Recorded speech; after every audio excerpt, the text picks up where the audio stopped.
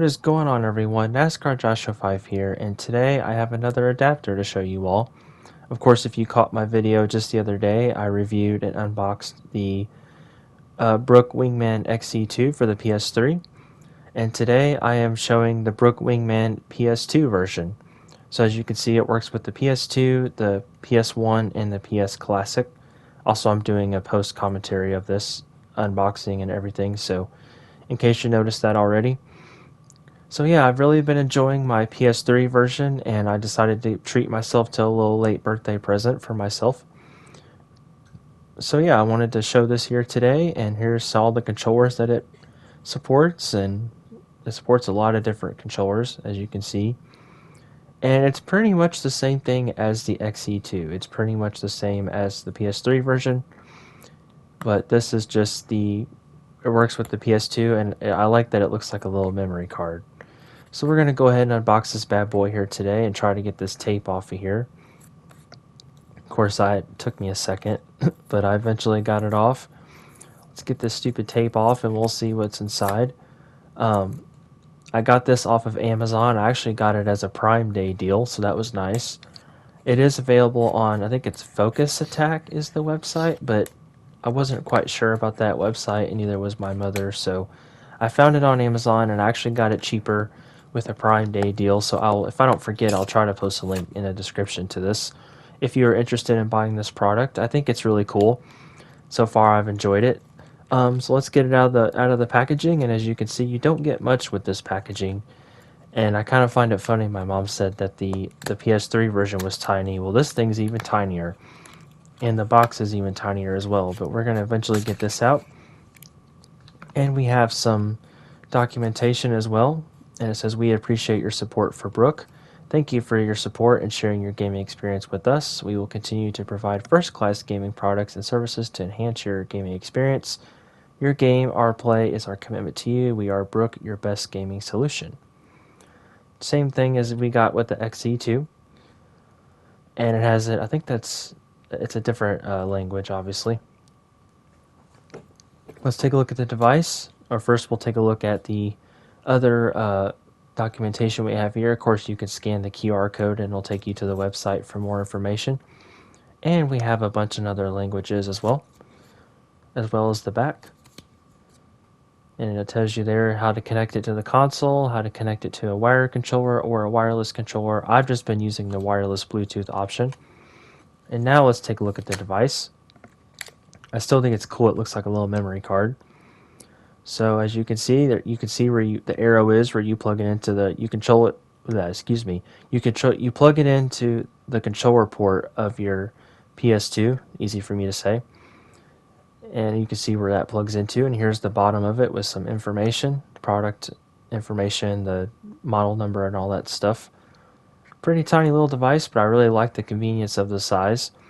And we have a micro USB port, as well as a port to plug it in as well, and then your power button, or your button that you push to pair the controller with. And that button also comes in handy later on, as I will show you how to update the firmware as well. Let's take a look at what else we got inside. Now, I got this off of Amazon, like I said, and it came with 2 stickers here, and it also came with a keychain you will see here in a second. There's the keychain. It's a pretty cute little keychain. I like it. So it also came with that as well. And here it is. I didn't open it. I just left it in the packaging. But there is the keychain. A cute little keychain there. Alright, so we are going to cut to another spot where I will show you how to plug it into your PS2 and show you how to pair it up with the controller. So let's go ahead and get to that, shall we? And here we are. And I will once again show you. Here's the device. I'm recording this off my iPhone, so sorry if it's not the best quality. I tried to make this video better than my PS3 XE2 version. But anyway, here we go. We're going to plug it into, I have the controller port 1, and you see it fits right under the memory card here. I had a little trouble plugging it in. But there it goes. It just fits right underneath the memory card, which is very convenient, and it doesn't mess up the memory card at all. It fits right underneath there, so very convenient. But there you go. It is nice and plugged in now. And we will take a moment here and I will show you how to push the button eventually. I don't know what I'm waiting for. Anyway, we've been back down here. Oh, I'm turning my PlayStation on. Okay, so you turn the PS2 on. I forget you have to do that too. Forget you gotta have it on for it to work. There you see the light is flashing, and I will show you how to pair a controller. I believe the first controller I'm going to use, I will show you shortly, is my white PS5 controller, as you can see.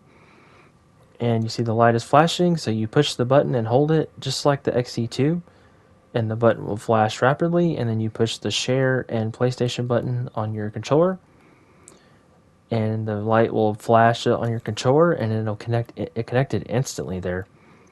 And there we go, and then I'm showing you here, it works just fine. It works with the menu, just testing out all the buttons to make sure it works, pressing the triangle button and making sure all that works, pressing the circle button, the X. I was just testing out all the buttons to make sure it worked, to make sure everything worked flawlessly.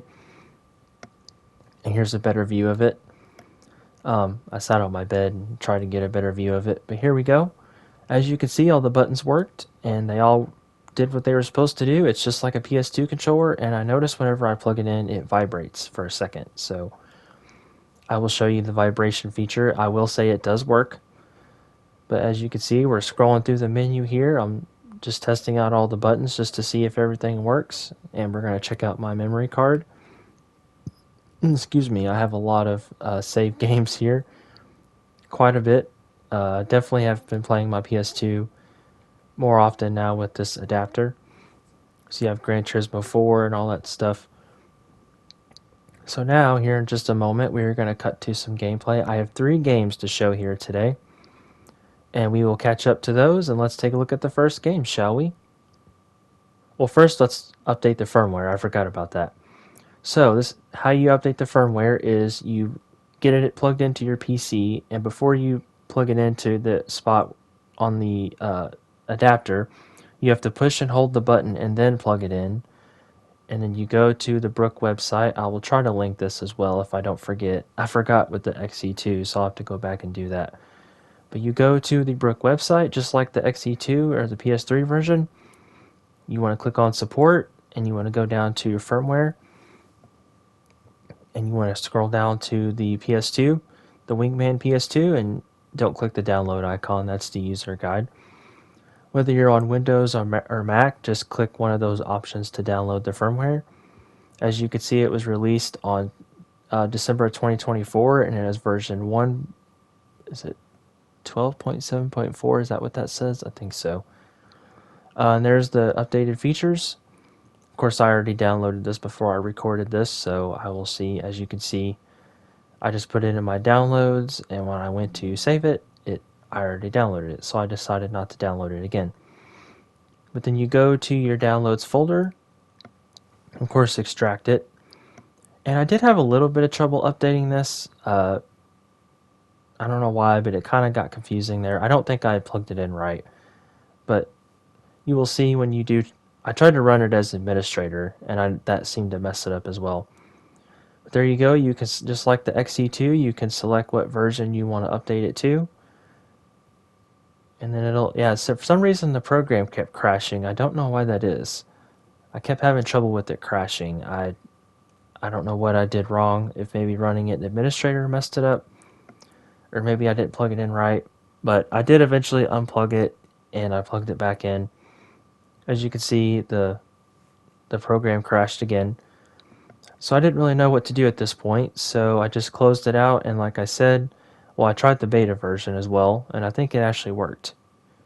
Okay, yeah, I tried the beta, and it did work. Yes, it did work. So I did update the beta version, and I think I even went back and did the regular one as well. But there you go, it's updating, and slowly but surely, and there your firmware has been updated. I don't think I plugged it in right. I think that's why it was having trouble. I'm not quite sure. But I went back to the regular version, and I was able to get it updated. I think it was on the latest version anyways, but I still eventually got it updated. As you can see, I was still having trouble with it. It wasn't popping up, so I just closed it out here, as you'll see in a second. I couldn't figure out why it was acting up like this, but eventually I'll close it out here. There you go. And I decided to just unplug it and plug it back in. As you will see here in just a moment, I am currently doing it off the camera here. I am unplugging it and plugging it back in. And eventually you will see, eventually here, when it decides to come back on here, I had to make sure to unplug it and plug it back in because I couldn't figure out why it wasn't working. So we're waiting patiently here as there we go, I got it plugged back in. And when I went to do the regular update, there it goes. Now it's popping back up now. And I selected the latest version that it supports, and I pressed start, and I got it to work. So my guess is I didn't push the button all the way, or I didn't do something right when I plugged it in. But you have to make sure you have to make sure to push and hold the button as you're plugging it into the computer. So make sure you do that. Press and hold the button when you're plugging it in on the adapter. And now that the firmware is updated, we will now get to our gameplay. Let's get to it. And the first game we're going to try out is Grand Prix Challenge. This is a F1 game based on the 2002 F1 season. I love this game. It's one of my favorites. I've had a lot of fun with it. And we're going to test it out with my PS5 controller once again. So here we go. We're going to test it all out and see if the buttons work. And as you can see, I will demonstrate. My memory card data is loaded. Get to the loading, the start screen as it loads here. And as you can see, now the options button works as the start button. So you press start. Excuse me, but as you can see, it works. Just like on the menu, it works just fine. I'm scrolling through the menu left and right, and it works completely fine. And I believe we will cut to, oh yeah, and I tried to zoom in on the parts where I wasn't showing my controller so you could see the gameplay better. I didn't do that with Gran Turismo 6 on the PS3, and I should have done that. But since F1 is heading to Spa in Belgium for the next race, we're going to do a little gameplay from there. And of course, I had to select my mom's favorite driver, Juan Pablo Montoya. I'm sure I don't even know if she'll watch this, but if she does, I had to select Juan Pablo just for her in his BMW Williams, and we will go to the track. And as you can see, I am testing the buttons and the steering works. Everything works like it's supposed to, and it does everything it's supposed to do. You know, the steering, the accelerator, I can shift, I can change camera, I can do all that stuff. And yeah, it works flawlessly, and it does the job. Of course, I'm driving like crap trying to get used to it. It definitely feels weird going from the PS2 controller to a PS5 or anything like that. Also, sorry for going off the track here. It turns out you have to adjust your car setup because apparently it doesn't have much downforce and you can't get through. The corner name is Eau Rouge, I think is how you say it. But as you can see, I got my lap invalidated, but I was just trying to make sure, you know, I got through the corner. Now, the one thing I did notice is I didn't have vibration, and there's a reason for that. You will see here in just a moment. I forgot to turn the vibration on. It does have vibration, so let's go ahead and I will show you that I turned it on, and here you go, I had it off. So I went through and turned it on, and I will give you a brief demonstration of the vibration function. Hopefully you can hear it.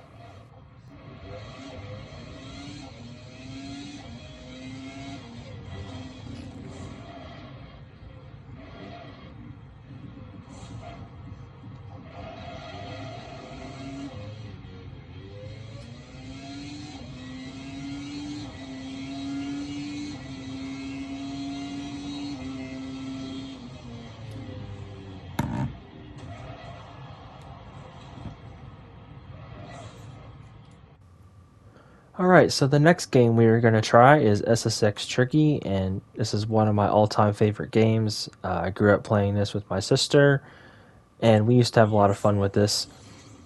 But as you can see, just like I did with Grand Prix Challenge, I will show you the buttons do work. See the up and down on the D-pad, everything works flawlessly just like the other game I tried, which was GP Challenge. As you can see, everything works. I'm scrolling through the menu and everything does what it's supposed to. It works just like the PS2. The options button is the start button, and the share button on there is the select Of course, I don't have any cheat codes entered, so a lot of the characters are locked.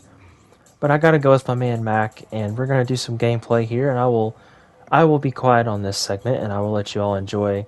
I didn't do the best run in this. This wasn't my best run, but I did the best I could. I had to go to my trusty Garibaldi track.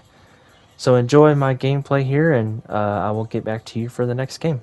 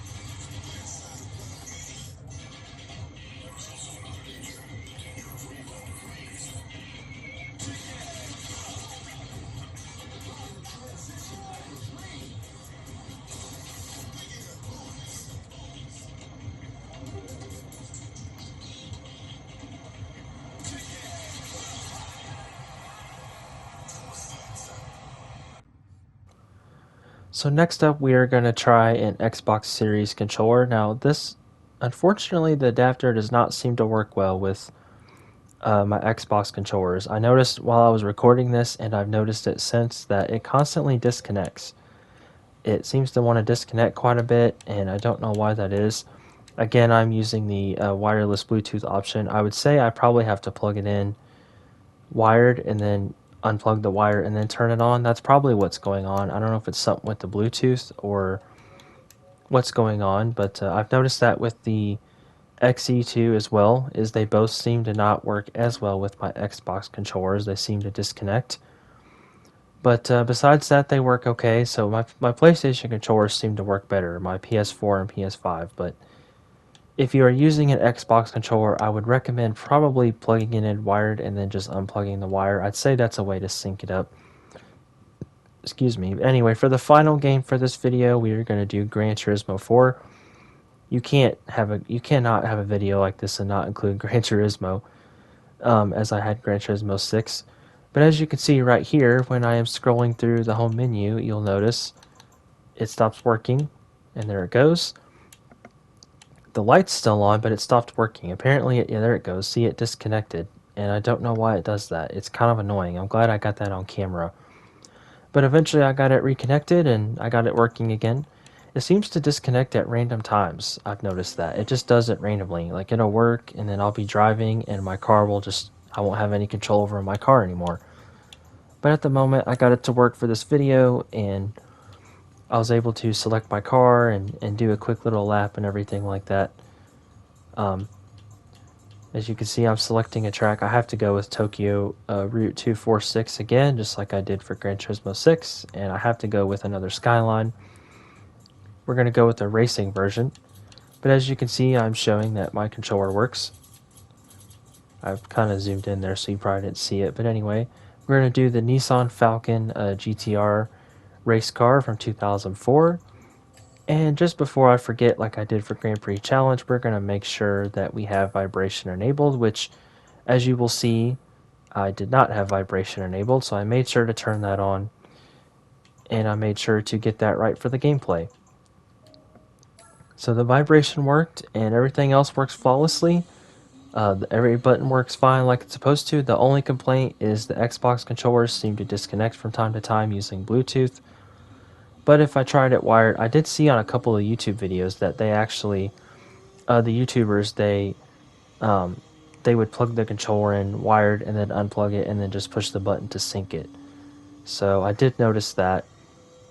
But anyway, besides that, everything works fine. The PlayStation controllers work fine, and as you can see, I'm showing you another demonstration. Everything works fine. The steering, everything else. It's just the Xbox controllers just seem to disconnect out of nowhere for whatever reason. I'm not exactly sure why it does that, but anyway, this has been the unboxing and review of the Brook Wingman PS2. I highly recommend this if you're looking for a way to play your PS2 and maybe your controllers are old or they don't work or maybe they're messed up or whatever. Highly recommend this. This is a very nice product. Of course, I got it cheaper than its normal price, but even at its normal price, I would highly recommend it. It's a great device. And it's very simple, it's very easy to use, except for when you're an idiot like me and not knowing how to do the firmware, or to update the firmware properly. But besides that, I hope you all enjoyed this video, and I highly recommend this product. If you're interested in it, I will try to post a link in the description, and hope you enjoyed the video, and catch you later, everybody.